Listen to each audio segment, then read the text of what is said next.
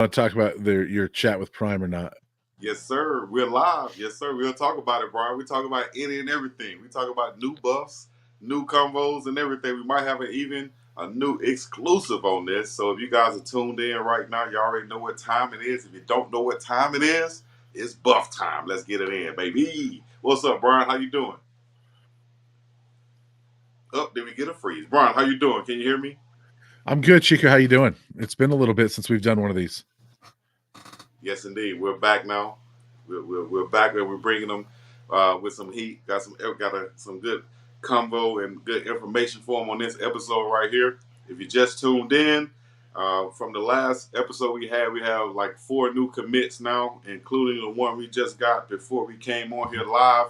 And we may have even an exclusive for you guys. So stay tuned for what's to come next as we're going to discuss the newest Colorado Buffaloes. And Brian, first of all, give us a recap. Let us know what's been going on in your world and on your end out in Colorado.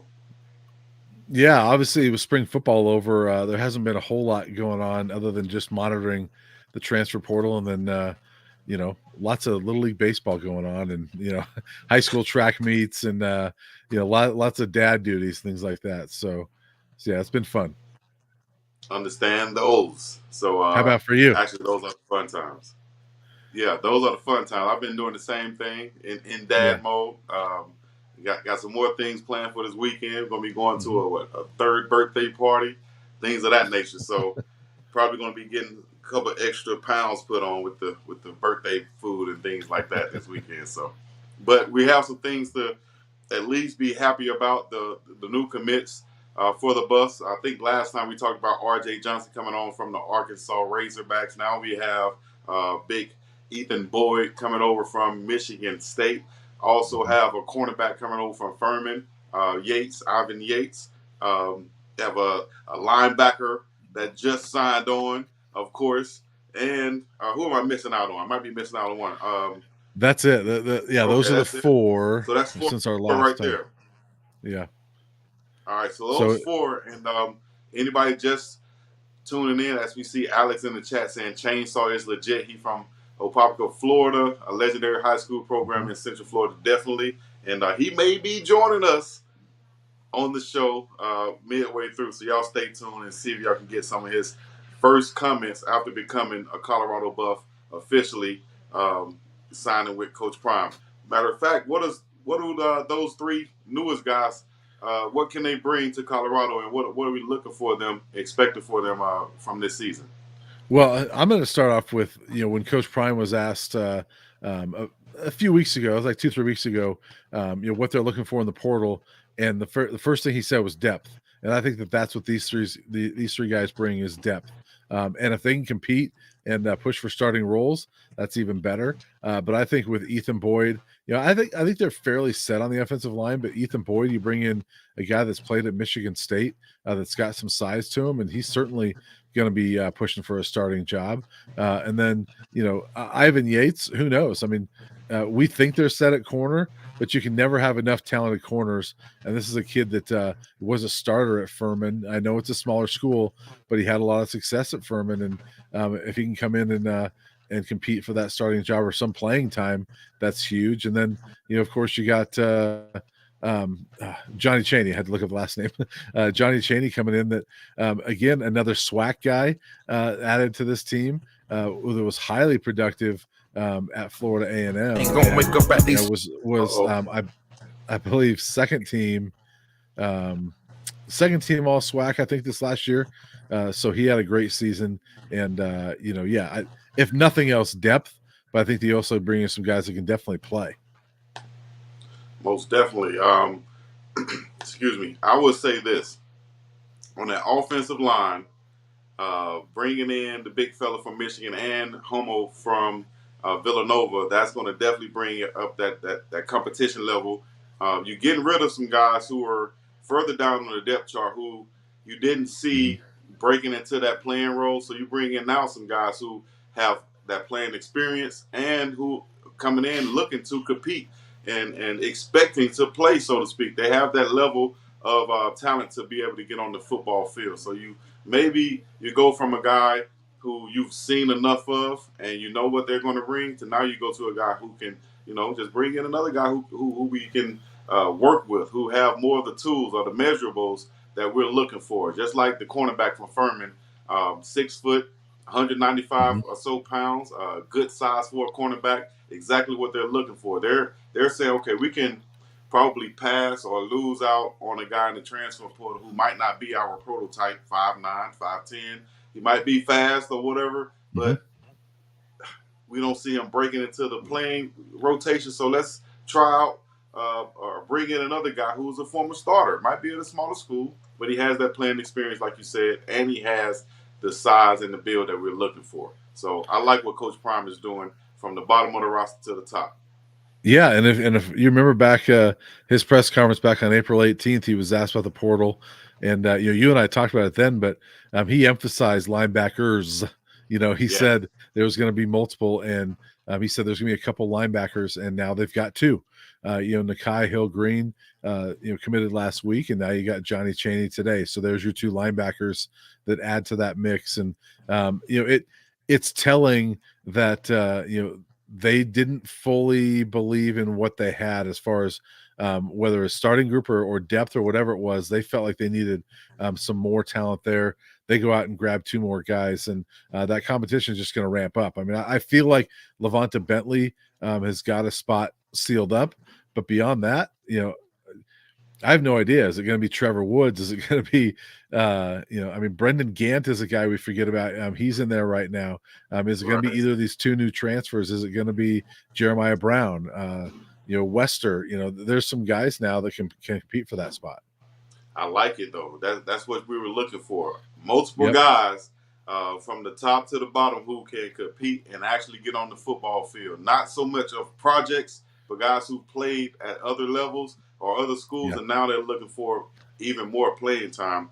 And it's all about now the cream going to rise to the top. We're going to throw it's like having a bunch of pit bulls and you throw some meat out there. I'm going to see which one going to be the dog, the big dog, the run, or they're going to naturally take their order uh, once that food is thrown out there, and that opportunity is going to be that food, so to speak. So I like what we have, and we're looking, like I said, we see Johnny Chaney, aka the Chainsaw, possibly joining the show. Y'all stay tuned. All right, stay tuned.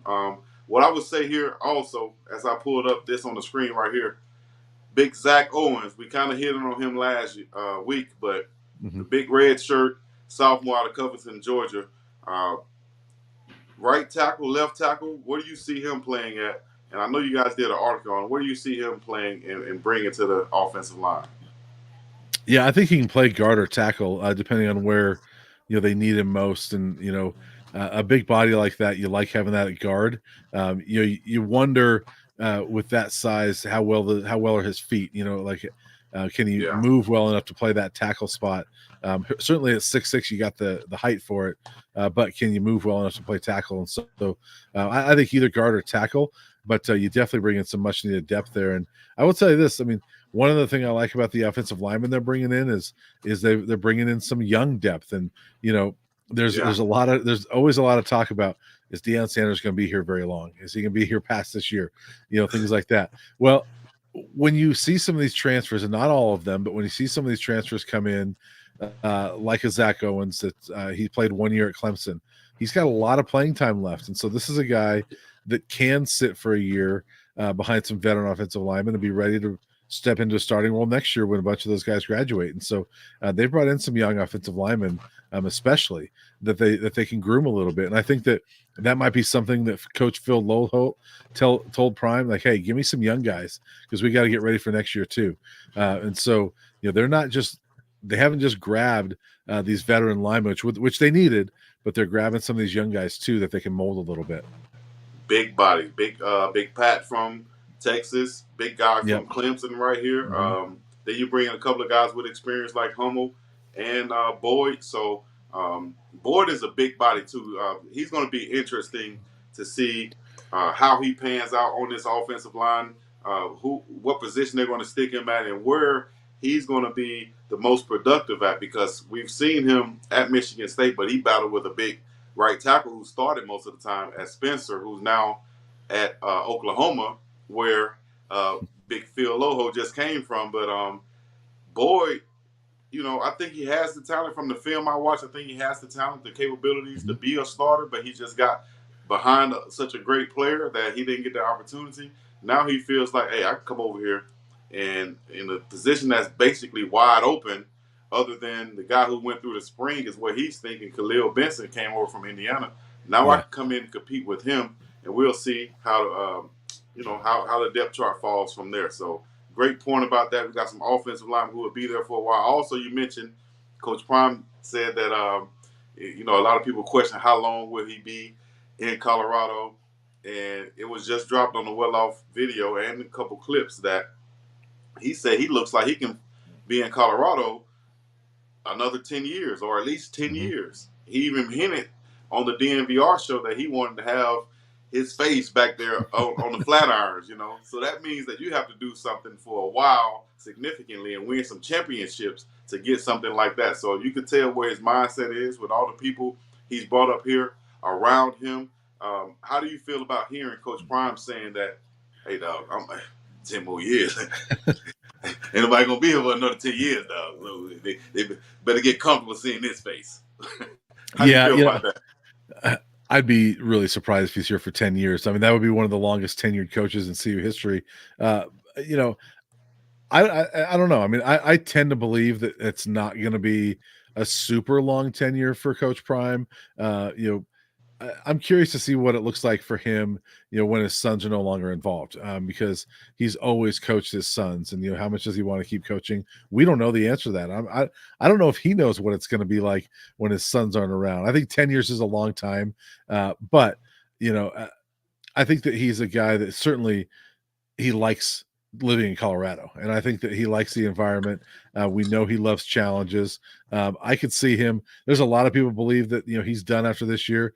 I could see him coming back just to show people, look, I told you I can do this. I'm going to be up for a challenge here. 10 years, that's a long time. I mean, we know he's got some health issues. He's either 56 or 57. He's going to be maybe 57 later this year. 10 years. I don't know if we see him coaching into 66, 67 years old, but we'll see. It's gonna be interesting to see what kind of challenge he wants to take on. Well, at least we can give him 1 year. So let's say 9 years or 8.5 years. And that'll give him 10 year total. Time served, so to speak. But Well, I'll say I can this: see it. if Uh-huh. he's here that long, it's because he's winning. Because at Oh, some yeah, of point, course. if you're not winning, even if you're Deion Sanders, administration has got to say, all right, we got to go in a different direction because you're not winning. So if he's there that long, that means CU's winning. I mean, I think that's the plan, of course. I think, Yeah, to be here, to be in Boulder that long is because you have plans to win and to be successful. I think honestly, I think he's eyeing a legacy post football, post commentating and analyst. He wants a legacy that's going to live on probably even more than that in the mhm, coaching world because it's impacting the kids. It's bringing everything together that he's kind of built up over all these 25, 30 years that he's been in the spotlight. I think this is the culmination of all of those things, and he wants to be looked at like a Nick Saban in the coaching world. And people might say, "Ah, you can't do that. That can't be done. Nick been coaching forever." Well, if he wins some championships, though, if he wins yeah, some championships, which is not out of reach, it might not be there with his sons there, but his sons are not the only guys that are influenced by him. This is, yeah.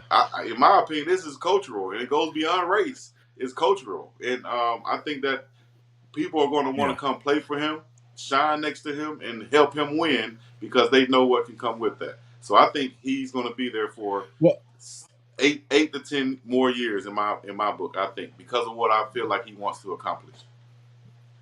I will say this, and again, I don't know how long he's going to be there, but I will say this: the one thing that I've learned about Coach Prime that I think is a misnomer about him is when people say that he's about himself and he's only there to help himself and his kids. I think clearly he's doing what he can to put Shador and Shiloh in good positions, but I've talked to plenty of people plenty of kids that have played for him to know that he is not just impacting his kids, and Oh yeah. that's the thing when the athletic article comes out and these things come out, that you know that sort of put in spotlight, the harsh nature of college football. It always comes out that like he's just this ruthless guy. He's here for his kids.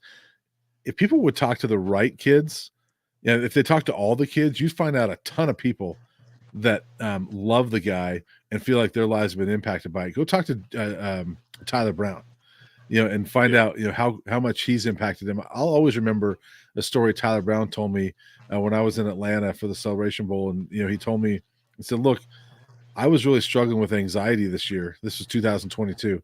And he said, Coach Yes. Prime saw it a couple weeks into the season and brought me into his office and said, "What's going on with you?" He told Coach Prime about his anxiety. And he said that started a weekly thing where it was every Wednesday or whatever day of the week it was, where the two of them would meet and just kind of talk about life and how things were going. And he goes, that got me through that year. And Tyler Brown was an FCS All-American that year. And he goes, that's why I was. Coach Prime got me through it. He goes, I love that man. And you see Tyler Brown was one of the first people to defend him during that whole social media thing last week. Oh And yeah. it's not just Tyler Brown. Uh, Jeremiah Brown, why is he still here after he didn't play a ton last year? Because he's Mm-hmm. impacted by Coach Prime. Athletic trainers that followed Yeah. him from Jackson State to here that have told me stories about how much he's meant to them and the impact he's had. So yeah, he's not only about himself. Yes, he's very confident. Yes, I know that a lot of what he's doing helps himself, but he's not all about himself. And I think that's a misnomer about Coach Prime. And even I listened to a couple podcasts by mistake, should I say, but it was on the major networks, and they talk about how he's just so loud, and he's just. I'm like, what? This is what y'all complaining about? He's just so. And when has he actually been loud? And other than coaching on the football field, like, is it loud because of the chains, or is it loud because of the cowboy hat, or because actually yelling? Like we don't see that. It's not like he's walking around saying, "Hey, me, look at Yeah. me," in a way. But I don't know. Everybody's gonna be rubbed the wrong way. But I heard a quote. Shouts out to Corey, the great Corey Holcomb, as he said, you can't worry about the haters. They're gonna always be there. They're gonna be strong. And as long Yeah. as you being successful, and as long as you be successful, the haters are gonna grow. Yeah. So you're not going to be there trying to kill them all. Shouts out to Adam, who's back from his trip. He's on Twitter now, just posted saying that, hey, listen, sorry, CU fans, but if I try to attack or answer, basically, if I try to answer every negative comment, I'll be here all day. So from this point, he kind of threw up a white flag and said, I'm not answering it. And that's what you have to do, man. You have to block out Yeah. the stuff, block out the haters, and keep it moving, keep it pushing, because obviously you're doing something correctly. Well, yeah, and that's the thing is that the bigger you are, the more haters you're going to have. And look at LeBron James. Who has more haters than LeBron James? But I'm not going to get into a GOAT debate here, but he's clearly one of the best to ever play, and he's never had off the court issues, things like that. Yet people hate him. Caitlin Clark, Right. right? She's been doing her thing for 4 years at Iowa, but this year there's a lot more attention. There's you have haters coming out of the woodwork, like they didn't even watch Caitlin Clark before last year, or before this year. So the bigger Yeah. you get, the more haters you're going to have. Coach Prime is huge, and so he's going to have a lot of haters. But I've always said there's a lot more people that love Coach Prime than hate him, but Yeah. the haters are the loud ones, and they're the ones that'll get on social media, and they've got apparently the haters have the time to get on social media and express their hate. And you better watch out where Coach Prime has the time, because he will address those haters. That's right. So hopefully he don't have too much time on his hands coming up soon. As we said before, we have some good commits coming in. I saw a stat. Over 41 guys have left the program. 36, probably 37 now, have already come in.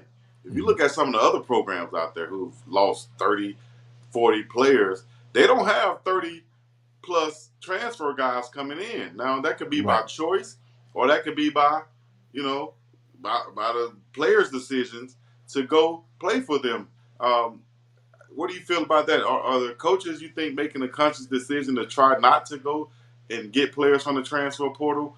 Um, or what is their mindset? What's their philosophy on it right now? Well, that could also be that, rather than bringing in, 37 transfers and only 10 high school guys, maybe those other teams have got, 20 transfers and 20 high school guys or whatever it is. And so it could be a difference of philosophy and, um, but I've always said I don't have a problem with the way Coach Prime is building this roster because he was hired to make the Buffs better.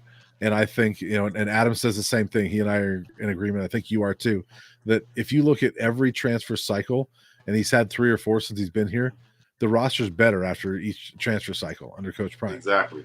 And so, when you're hired to do it, when you're hired to come in here and do the job of making the team better, that's what he's done. No, they're not an elite team right now. No, they're not a top 10 team. I don't know if I would not put them as a national title contender this year. Maybe they'll surprise me, but they're much better, and, Yeah. I think if you're 2 years in after a 1-11 disaster and you're 2 years in and you're going to a bowl game, that's impressive. And so he's Very been much better so. after every transfer cycle.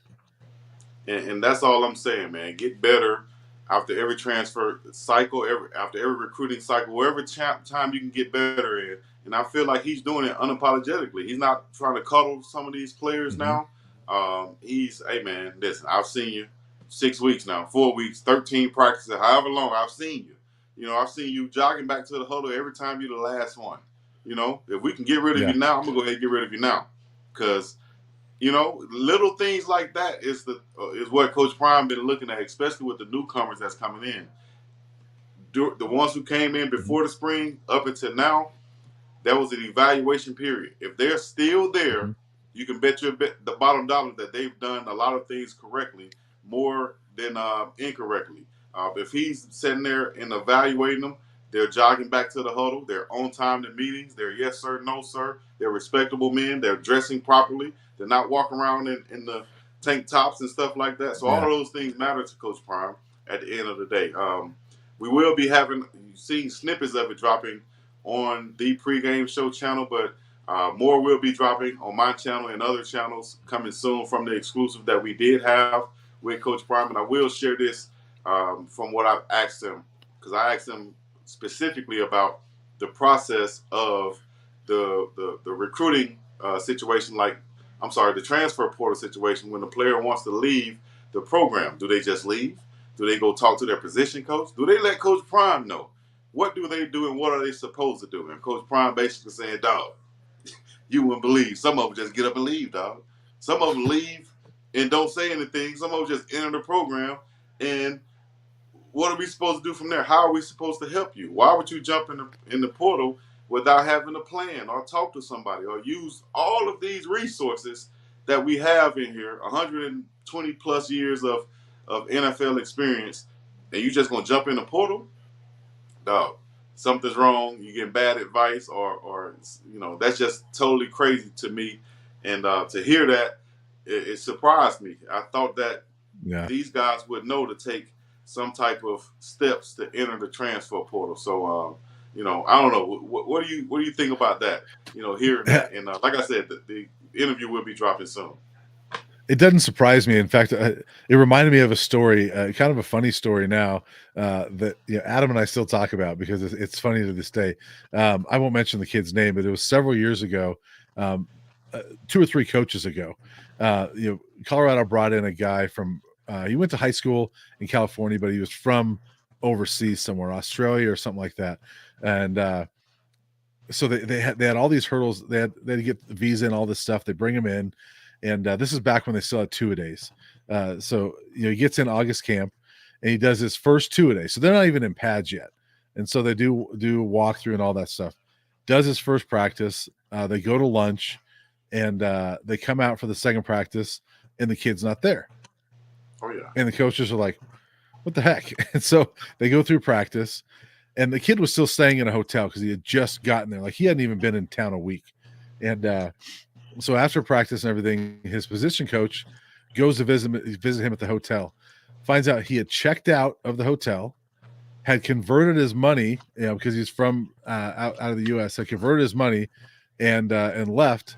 And on the plane, like, bought a plane ticket, and on the plane, text coach, said, "Sorry, coach," and was just gone. Never heard from him again. Right. He And so realized, he knew it from the get-go. It's not for him. yeah, not for him. So it doesn't surprise me that there's kids that do that, because I've heard those things before.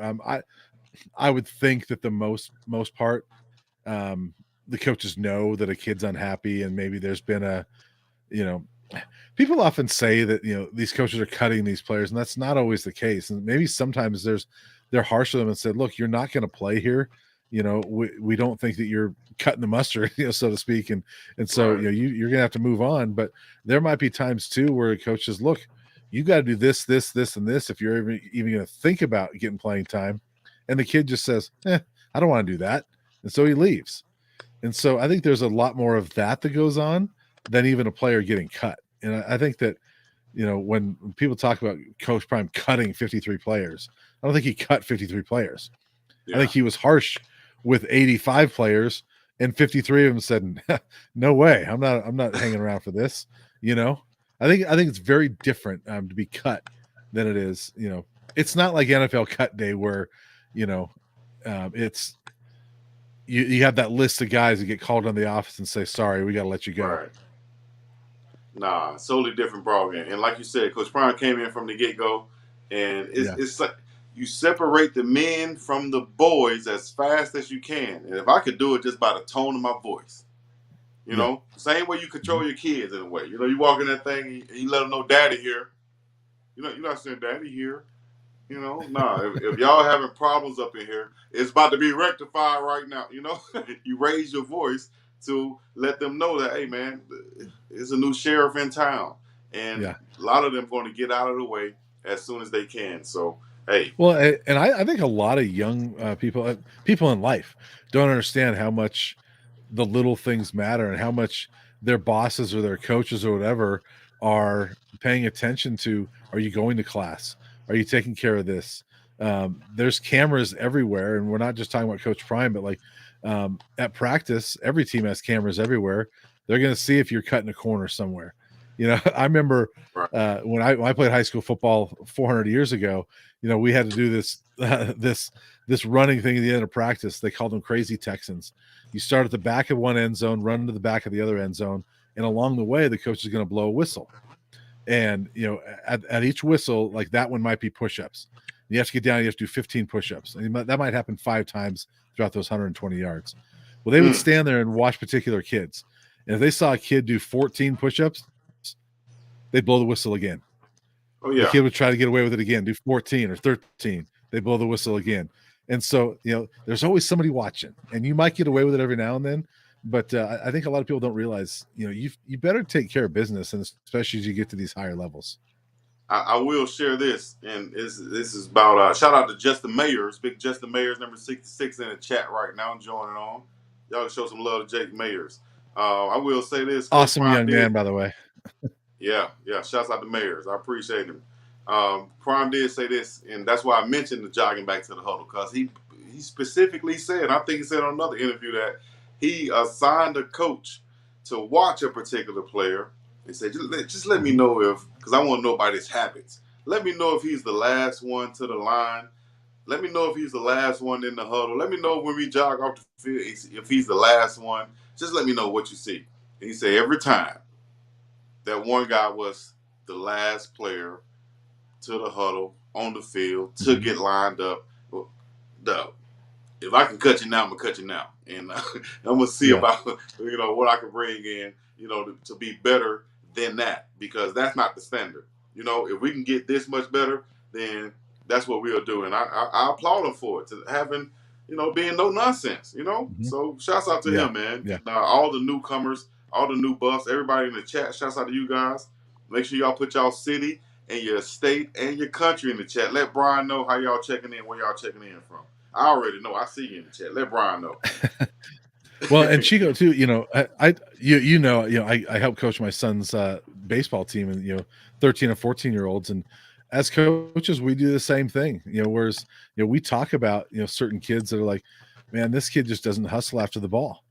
And Yeah. so if we need somebody out in right field or whatever, it's like, yeah, let's put this kid out there because we know he's going to hustle. And or particular kids, like we know this kid is always the instigator when the team's goofing off. So Yep. let's get him out. And things like Yep. that. And so it's all those little things that it's The not coaches, about the talent coaches know. sometimes. Like you Yeah. said, the coaches know. And Prime, like Prime said, Prime know these kids like the back of their hands. I remember you just Yep. brought up that made me think of a story. I know you guys came for the info, but you stayed for the stories. So here's a story for you real quick. I remember being on my middle school bus in the back, and there was some commotion going on, and I wasn't necessarily, involved with it. But the coach turned around and said, Chico, come to the front. I'm like, Coach, it wasn't even me. He said, but I know you had something to do with it. So come sit up here with me, right? There was no more commotion in the back. He said, and 5-10 minutes later, he said, see, that's why I brought you to the front. You might not have been laughing at that time, but you had something to do with it going on. So come over here and sit with me at the front. So your coaches know Yeah. at the end of the day. That's right. I I like see. this podcast today. This is all story time today. It's story time today. As we're trying to let me see, because I'm doing this on my phone today. So I literally chainsaw. If you hear me, I can't see a text right now. So I sent you the link to where you can join on. Matter of fact, I'm going to put it in the chat once again. So the link will be in the chat for Chainsaw to join on. Just the mayors, you can join on. Anybody got some comments, they can join on. We got a few more minutes left in the podcast. Let me see here. Shepard was at the spring game.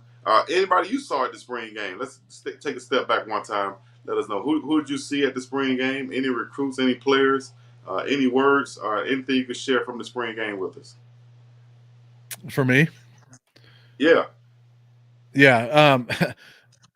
Be honest with you, it was so rainy. I was paying attention just what was what that I was trying to stay dry and paying attention to who was there, but I know there was obviously a ton of recruits there. Mantrez Walker was out there that weekend, and just had a chance to catch up with him yesterday, and we texted back and forth and sort of did a text interview, but he loved it. I mean, he talked about the atmosphere. Was really cool.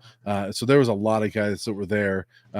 Maybe not the best environment. Second year in a row, as we talked about, there wasn't great weather for them, but still the guys enjoyed it and had a great time. So that says a lot about the program there that they've got there, is that guys are still enjoying it despite the weather not being ideal.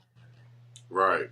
And with all the stuff around it, man, Prime Yeah. really stepped it up.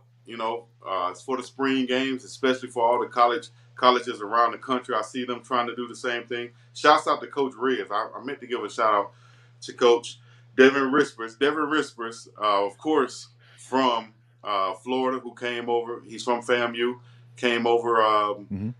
To Colorado. Coach Prime brought him over. Everybody knows the story, but he's been one of the main guys bringing in these dogs. You see him on social media. People calling him the dog catcher. And now he brings in another guy from Florida State, one of his guys from Florida State at the linebacker spot, like we said earlier, and Chainsaw Chaney joining the squad at the linebacker position. Linebackers probably might be filled now with Hill Green, Chaney, Wester. Then you got Trevor Woods and Jeremiah Brown and Levante Bentley. All those different skill sets, though, like we saw. I meant to share this with you. Chaney, really good in space. I think he's going to bring that dynamic to the team to where in those pass downs he can really get out there and cover those screens, make the tackles on the wide receivers, on smaller guys who get the ball in space. He's a linebacker who can make those tackles. Look like he probably is a former safety. Second on the team in tackles last year with over 70, 7.5 for a loss. So he's a productive, rangy, sideline to sideline player that's going to be a great piece in addition on that defense. But my question is, I hate to bring this up, but it's obvious. He's wearing number 28 in this video. And we know we got a fan favorite wearing number 28 on the defensive side and being Finisef. Although Ben is a walk-on, some people might say, well, the walk-on will give up the number. Some people say, well, he's a new guy, let him pick another number. But we saw him wearing 28. Doesn't mean that's going to be the number he's going to wear. Is that an Yeah. issue? How would that be handled on a Brian Howell-led team? I don't know. I think for me, I would let Ben Finnisseth keep that number if he wants it, because he's been here, he's gone through it. He's put in the work so far to this point for not only the year and a half that Coach Prime's been here, but even before that. And so I would let Ben Finnisseth keep that number if that's what he wants. Even though he's a walk-on, he's a veteran guy on the team. I think that he deserves that number if he wants it. What do you think? Walk on or not, veteran guy on the team, putting in that work. He obviously done something right to still be on the team. One of those guys who was here when Coach Prime came. So I like that. I sometimes have an issue seeing linebackers wearing those numbers other than 50. I'm still old school, dog. I'm still old school. So I want to go back to wearing 50s so we know that you're a linebacker. Brian 40 is okay. Bosworth. How about Brian Bosworth and the 44? I was about to say 40 is okay too, Yeah. So 40s, 50s, give me those at linebacker. I think Alabama started having so many linebackers that they let them wear 30 numbers, and then now you see them wearing 20 numbers, and it just looked funny to me. Although, like S represents said, the number don't matter. The player makes the number, not the other way around. I agree with that, but some players are really attached to those numbers. Yeah, it makes. I saw a clip where Michael Jordan was in the All-Star locker room recently, and Michael Jordan famously wore that number 45. And back in the day in the All-Star games, they used to give you different numbers from what you might have worn, because other people might have that same number, right? They give it to the elder statesmen. So we saw Alonzo Mourning, who wore number 33, but he had number 45 in the All-Star game. And Michael Jordan said, oh, you're wearing that bad luck number. That's a bad luck number right there, man. So even the greatest players have things like that about numbers. So, we'll see. Rodney said 52 for Chainsaw. We shall see. Will anybody be wearing number 2 on the defensive side?